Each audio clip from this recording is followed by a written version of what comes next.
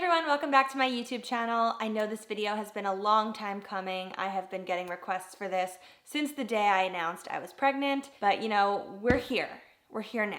And it's time. Before I get started, don't forget to give this video a thumbs up to let me know that you want to see more videos like this one on my channel. And don't forget to subscribe to my channel if you are not yet part of the Fink fam, because we would love to have you. So when I first got pregnant, the first thing that started coming in from my audience was a lot of questions about our conception journey. Going off the pill, how I transitioned off the pill, you know, how I decided I was ready to start trying, and ultimately what that whole journey looked like. So today's video will hopefully cover that entire journey from start to finish. And if I miss anything, don't hesitate to just drop a comment down below and I will try to fill in the gaps. Also, maybe you're one of those people who is gonna say, you know, you don't have to say this at the start of a video.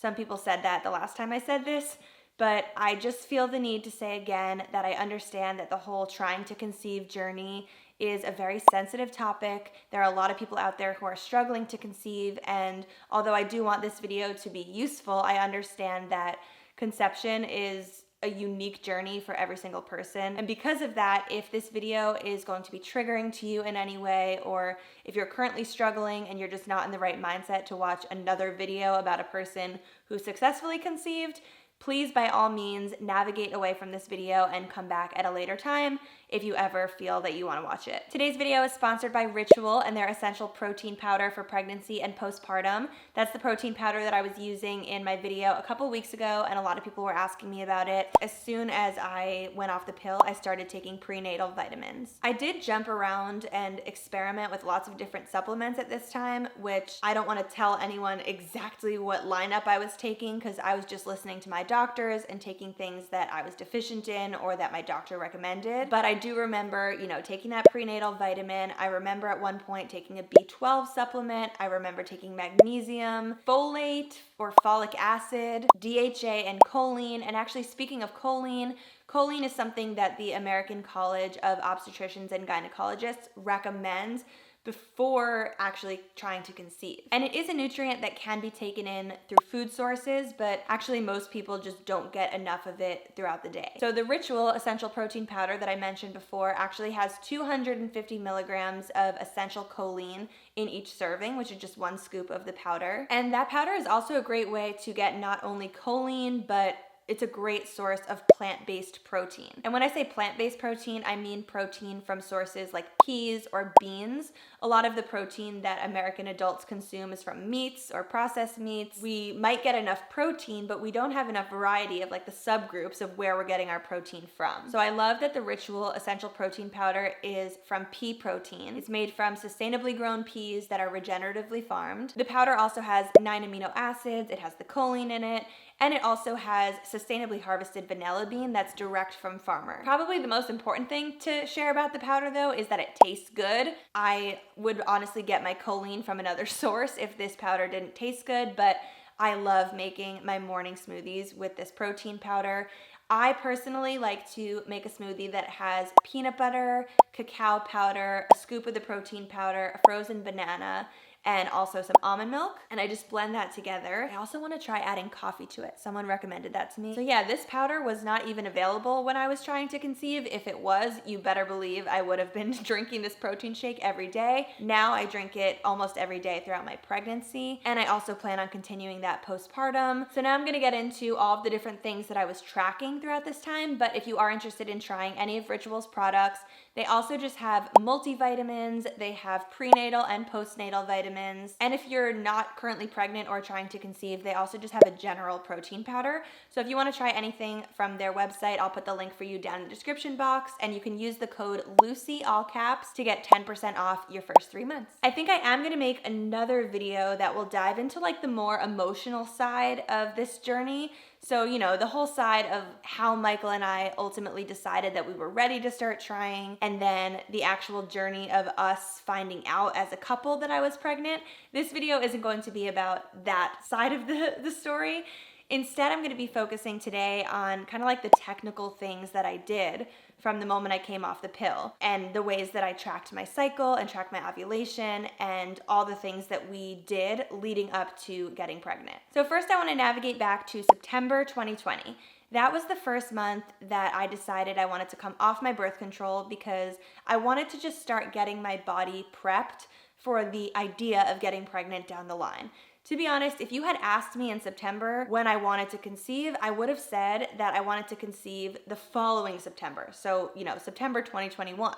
I really thought I wanted to go off the pill and give myself a full year of being off the pill to, let the hormones get out of my body. I don't know exactly how it works, but I totally planned on giving myself a year of being off the pill before I started to try. Obviously, since I got pregnant in April of 2021, things happened a lot quicker than we had anticipated, and a major part of that was honestly just our mindset shift. We decided sooner than we thought that we were actually ready to try. But even still, I went off the pill with the intention of giving it at least a little bit of time before I was ready to start trying. And so there was a pocket of time after I went off the pill. It ended up being about half a year instead of a full year, where I was actively trying to avoid pregnancy, and I was actually using these apps for birth control purposes as opposed to trying to conceive. So in September, when I made the decision to go off my pill, the first thing I did was set up an appointment with my gynecologist.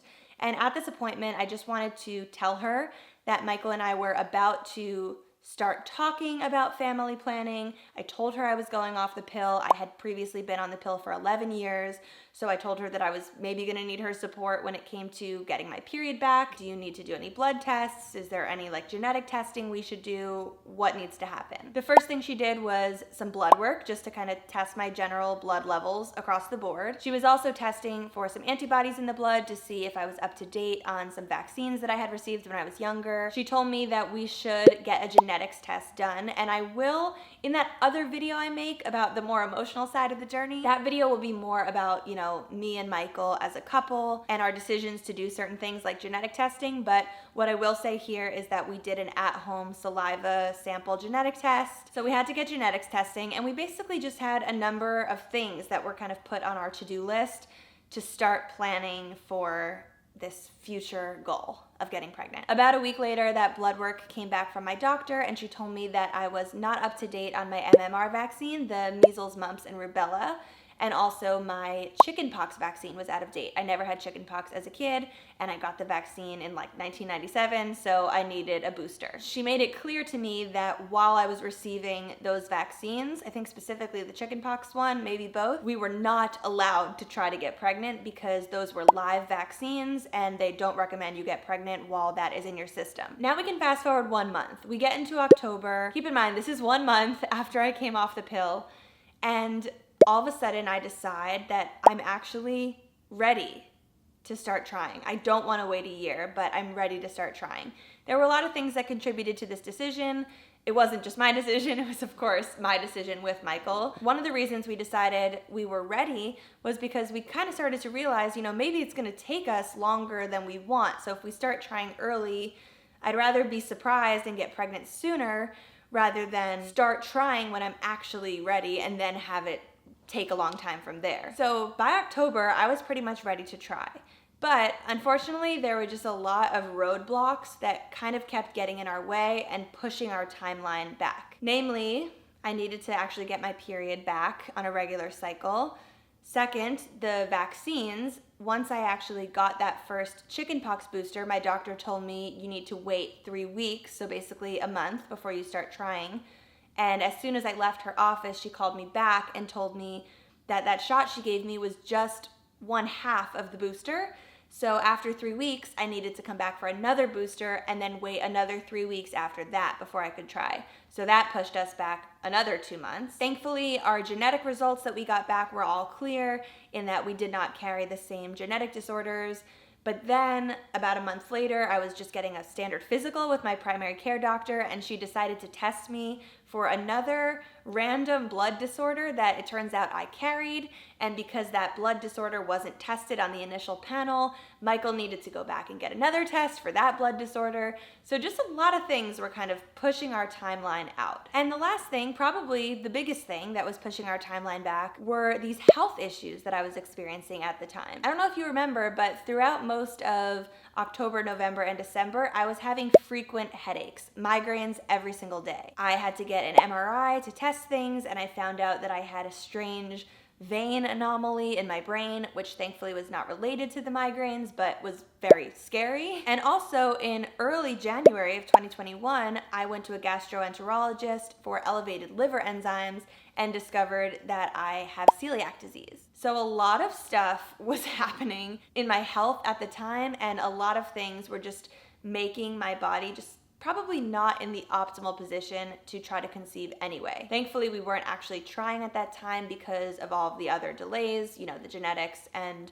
the vaccines, but I just don't even think my body was in the right place at that time anyway. So now, despite all the setbacks and, you know, this timeline of what was happening for me health-wise, I do want to just sort of go back and talk about the things that I did immediately when I came off the pill to sort of prepare my body for conception and to try to get my period back on track and regulate my cycle. All right, so tracking. Ever since I came off the pill, I was tracking a lot of different things about my period cycle and my body. Potentially more things than the average person even needs to track. So just bear in mind, I was very into this and I didn't see it as a stressful thing. I was just very excited about it, so that's why I did it. I was tracking my basal body temperature every morning. I was using ovulation predictor strips, like the ones you buy at the drugstore where you just pee on them and see the results. I was also using the digital ovulation predictor kits where it gives you, you know, a static smiley face right before you ovulate. It gives you a flashing smiley face a little before that if it detects estrogen, or it gives you an empty circle if it detects nothing. I was swabbing my cervical mucus. I'll get into that in a little bit, but I was basically tracking a lot of things here. I think I spoke about this in my video about coming off the pill in the first place, but the way I did that was I eased off of the pill, meaning I finished a full cycle, I had my bleed week, you know, a period that's not a real period, and then I just never started the new pack. So essentially, after that fake period or that bleed week, I was hoping that I would get my period 28 days later. And what do you know? In my first cycle, I got my period about 30 days later. It came kind of like clockwork, and it was a beautiful period, and I didn't have a lot of cramps, and I was just so excited that my period came back post-pill, and I felt like my body is so magical and works so well. Little did I know, that was just the first month, and right after that first month of things happening kind of perfectly, my period sort of disappeared and went awry and got onto a wacky schedule. So to dive deep into how I was using the apps and the strips and the temperature and all that, every single morning I would wake up, I would record my basal body temperature in the app. Keep in mind, in the beginning stages, I was using this app for birth control because I was not allowed to get pregnant during that time. But I would log my basal body temperature, I would pee on the ovulation strip. Towards the middle of the month, I would start peeing on it. I wasn't peeing on it, you know, every single day. In a standard 28-day period cycle, day 1 of your cycle is the first day of your period, and that's your menstrual phase, and that goes into the follicular phase. And so during that whole first half of your cycle, you would be charting your basal body temperature in the morning, and it should be within a certain temperature range. Usually the temperature does fluctuate a bit every day, and a lot of factors contribute to what the temperature is going to read on any given morning, but usually the temperature stays within 1 degree of itself during your menstrual phase and follicular phase. Then when you ovulate, you would have a temperature spike, usually like a day or 2 after your body ovulates. Throughout your ovulation and your luteal phase, which is the whole rest of your cycle, your temperature would remain elevated in that higher range. And then at the end of the month, if you were not pregnant, your temperature would come back down and you would get your period and you would start on day 1 again of your menstrual phase. But if you did happen to get pregnant in that cycle, your temperature would remain elevated instead of dropping back down. I noticed that this temperature charting did actually work for me in that I noticed that my temperatures were usually in the 97 degree Fahrenheit range. I would say probably between 96.8 and 97.8 for that whole menstrual and follicular phase. And then after I ovulated, my temperature would spike and it would usually be in the 98 degree range. And it would usually stay in that elevated range for the next couple of weeks during my ovulation and luteal phases. And then when I got my period, it would drop back down to the 97 range. So the temperatures were changing properly for me, but what was strange about my cycle was that after that first month where I got my period kind of like clockwork on sort of a 28-day cycle, after that first month, I didn't get my period again for about 40 days. So I would be charting my temperatures every day, and whereas most people would experience that temperature spike around day 14, like in the middle of a 28-day cycle, I was experiencing that temperature spike around day 28 or 29. And then, I would have my 2 weeks of elevated temperatures, and then it would drop from there. So I was charting my temperature, and the other thing I spoke about in that video was tracking my cervical mucus. If this is the first time you're hearing about cervical mucus or the fact that it changes throughout your period cycle, you might want to read up a little bit more about it. But what I will say is that it was pretty apparent to me that as soon as my period would end, I would be sort of dry in that I wouldn't feel much cervical fluid coming out of me during that time. And then just around the time of ovulation, so when I would get the positive LH test on the ovulation predictor kits, I would start to notice that I had heavier cervical fluid in those few days. Throughout the day, I would just be walking around and I would kind of feel like stuff come out of me and just collect in my underwear.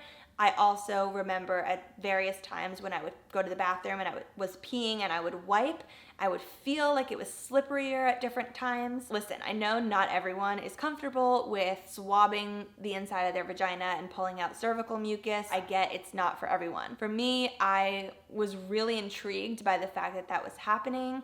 I couldn't believe that I had gone 11 years of being on the pill where I was stopping my body from ovulating and I wasn't experiencing those cervical fluid changes. So I was so excited to experience it. And I'm just pretty comfortable touching my own body parts. So I was like really into it. So now if I go back to the fact that I had this long cycle, to be honest, I wasn't too concerned about the length of my cycle because what seemed important to me was the fact that I was ovulating. I didn't know for sure that I was ovulating, but with my doctor looking at my charting, my doctor was able to tell me with some degree of certainty that she thought I probably was ovulating. We noticed that my temperature went up. We noticed that it stayed sustained in the higher range throughout my luteal phase. I got the positive LH tests. So even though I had a long cycle, I was pretty confident that I was ovulating every month or every 2 months, however long the cycle was. So this long cycle kind of went from like September to October, November into December. And then around December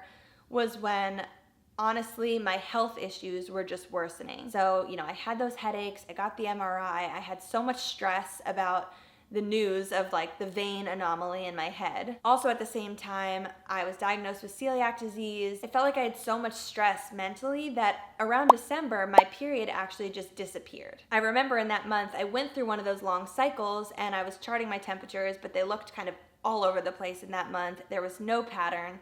And I did not get my period after the 40 days. So at that point, I went back to my doctor. She suggested that I take a progesterone supplement to kind of induce a bleed. She said if I took the progesterone supplement, I could maybe get my body to start going through the motions of getting a period again. I don't really know, but I took a progesterone supplement and I did get a bleed from it, but I, wasn't sure if that was, I didn't consider that to be a real period. I was like, okay, that was from the progesterone. But I just remember my body was going through a lot during this time. And to be honest, I wasn't even really thinking too much about getting pregnant right then because I was just so concerned with getting my period back. Around January was when I cut out gluten completely, and that was around the time when my headaches melted away. The stress over the brain stuff kind of died down because my headaches were getting better. My digestive system got a lot better from cutting out gluten. I just noticed some major shifts in my digestion, obviously because I have celiac disease. But a lot of things were improving, and actually after that progesterone-induced bleed,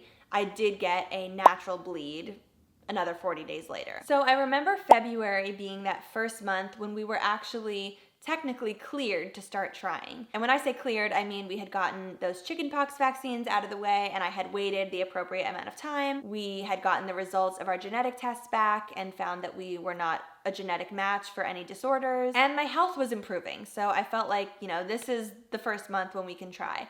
But even still, we had to deal with the long cycle and kind of the uncertainty month to month of when I would actually ovulate in the month and if and when I would get my period. I was using the Natural Cycles app, and at this point in February, I had switched the app over from the Prevent a Pregnancy mode to the Plan a Pregnancy mode. And I was also continuing to use the ovulation strips, the generic drugstore ones and the digital ones. And I even went so far as to make a tracker in my bullet journal where I was basically tracking every aspect of my cycle and charting the whole journey for that month. It was pretty intense. Definitely, I do not suggest that people do this. This is kind of for a person who loves bullet journaling and tracking and charting. But on the left-hand side, I would have the actual date. Then next to that was the cycle day that I was in. And then I started taping in the 2 ovulation predictor kits that I was taking for those days. So I would always take one in the morning, and I would always take one at night just in case my LH spiked at night. Then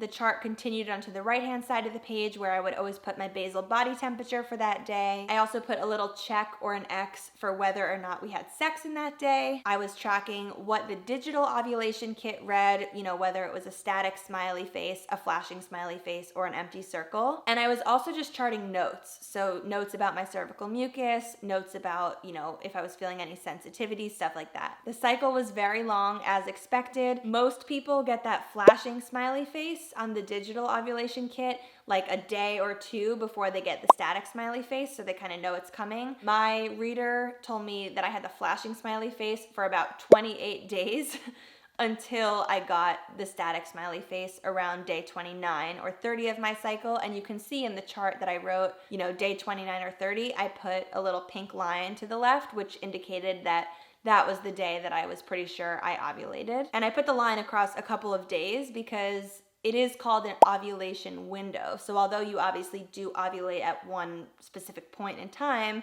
there's a window of time around it, namely before you ovulate, when it's also a good time, if you're trying to conceive, to have sex. Everyone's biggest question on my Instagram was like, which days did you have sex when you were trying to conceive? And I don't think there is necessarily a magic formula here, and that's just because every single person's body is going to ovulate on a different cycle day. And even if you ovulate on the same day as someone else, it's just hard to predict exactly what time your body's ovulating. And of course, people say that if you have sex before ovulation, the sperm can live inside of you for up to 6 days. I know people that have had sex days leading up to ovulation and did not get pregnant. So there's really no hard and fast rules. And then of course there are other fertility issues that can be at play, whether it's male factor or something to do with the female that is causing infertility. So it's not always that you're doing something wrong with timing. So, I had that long cycle, but that didn't mean that I wanted to have sex every single day of the month or even every other day of the month leading up to ovulation. I think leading up to ovulation, we kind of waited until I was close to that day 28 or 29, which is when I anticipated that I would ovulate. And around that time leading up, we maybe were having sex every 3 days in that time window. Then when I got the positive ovulation LH test, which would indicate that I was going to ovulate within 24 to 48 hours, that was when we started having sex every day. For the next 3 to 4 days, we had sex every day. I think even one day we had sex twice. I know there's a lot of theories out there about timing and about the fact that having sex multiple times in a day does not necessarily increase the amount of sperm that a man can even produce. I just wanted to feel like I was covering all my bases. Thankfully, we had sex on the day before I got the positive ovulation predictor kit, and then every day thereafter for the next 3 to 4 days. And I do feel very lucky to say that that was the month that we actually got pregnant. So I waited the 2 weeks, my temperature spiked after ovulation, it stayed up, and then it never actually dropped back down. It just stayed elevated into my pregnancy. And I'm gonna wait until that other video to tell you more about the process of finding out and all of that, but we did in fact get pregnant that time. And I really do think it was all of that upfront planning and charting and tracking that led to us being able to get pregnant in February. And keep in mind, I'm saying February, but I actually found out I was pregnant in April, and that was the same cycle as February. So that is how long it took. It took, it was basically a 2-month cycle. For the average person who's trying to get pregnant, if they don't conceive in any given cycle, if they're waiting and then they get their period, technically they have another 2 weeks or so to wait before they can try again. In my case, I would have had over a month to wait before I could try again. So I am really grateful that it actually happened quickly, despite the fact that I had this long cycle. Anyway, thanks for coming back to my YouTube channel. I hope you found this video interesting and insightful, and I hope it helps someone out there to start their own tracking journey, whether that's because they're trying to conceive or just because they want to learn more about their body and their period cycle. Thank you so much for your continued support and love. You all mean the world to me, and I will see you in my next video. Bye.